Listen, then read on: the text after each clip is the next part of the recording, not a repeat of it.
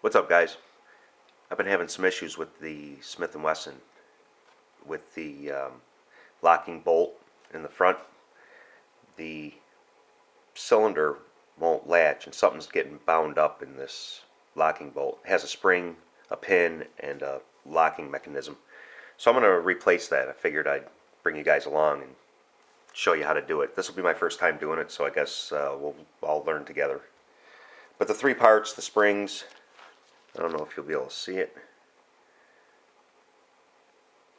Spring, the locking assembly itself, and I'll give you some close-ups as I do this. I'll rearrange the camera,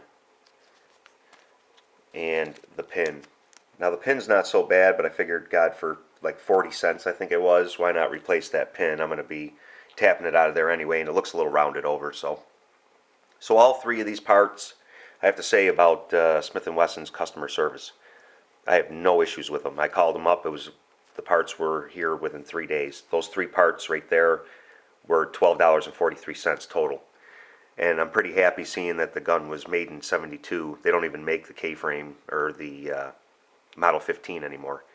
They still had some parts available. So I'm going to reset the camera. We'll give you some close-ups and we'll get started on replacing it. Because we're going to be working on the front where the cylinder latch goes, I want to get the cylinder out of the way. So the first thing we're going to do is on the side of the gun, you'll see two screws. You want to take this one off right here. That actually holds the crane and the yoke and everything in with the cylinder.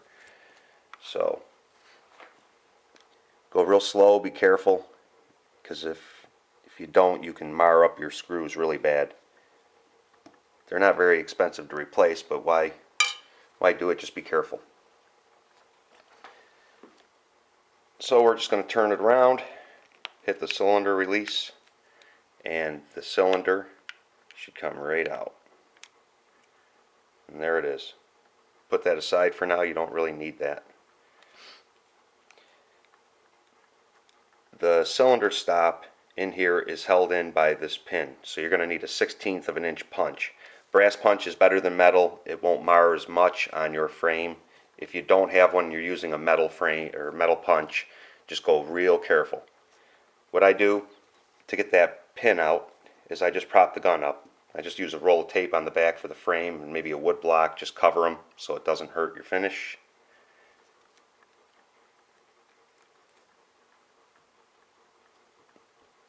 And now we're ready to remove this pin. Okay. So the pin is now out. We have the pin. Take it, put it in your tin. Be very careful because this locking mechanism is under spring tension. So if you just push on this, it's going to go flying across the room.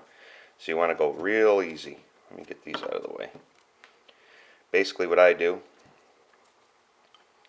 is I'll just put my finger over the front of it, take the punch, and just push on the mechanism.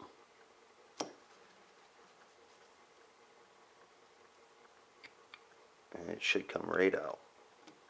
And there it is. I'm going to try to give you a couple close-ups of the new and old. Hopefully the macro on here will work. Hopefully it'll focus in. As you can see, the new one is on the left and the old one's on the right. So that old one here looks pretty sprung. I mean, it's pretty weak. Alright, we have the old parts out and we're going to put the new ones in.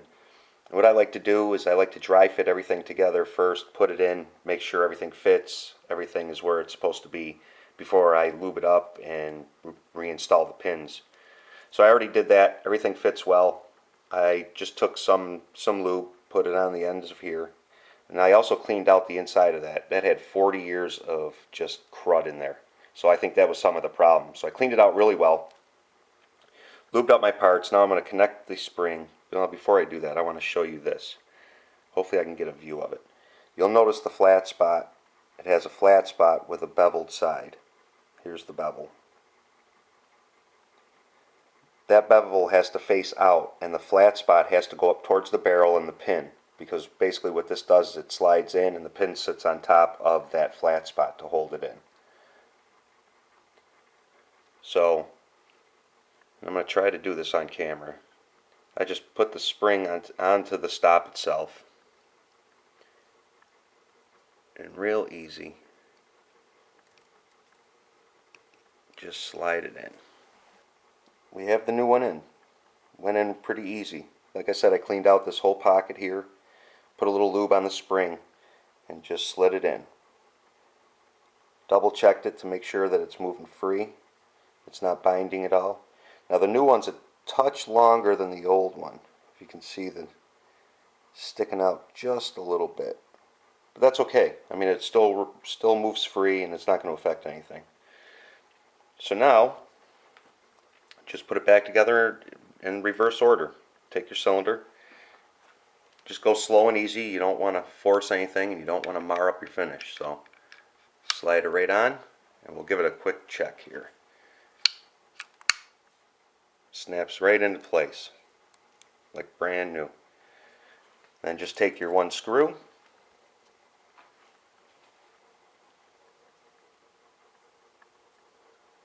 and just reinstall it.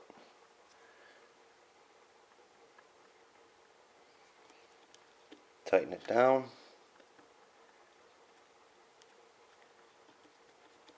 And don't over tighten these screws. You don't want to crank on them. Tightening that screw too much will actually bind your cylinder from going in and really fitting right. If you have to, tighten them down. If they work themselves loose, just put a little bit of Loctite on it. Not the permanent one, but I think it's the blue one. I could be wrong on the color, but just make sure it's not the permanent Loctite. Put a dab on that screw and you won't have any issues. So we're just going to give it a quick check here.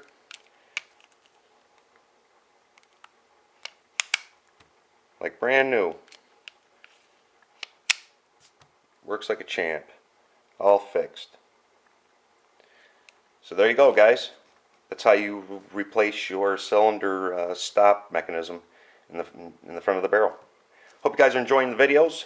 If you are, please subscribe, and I'll talk to you later.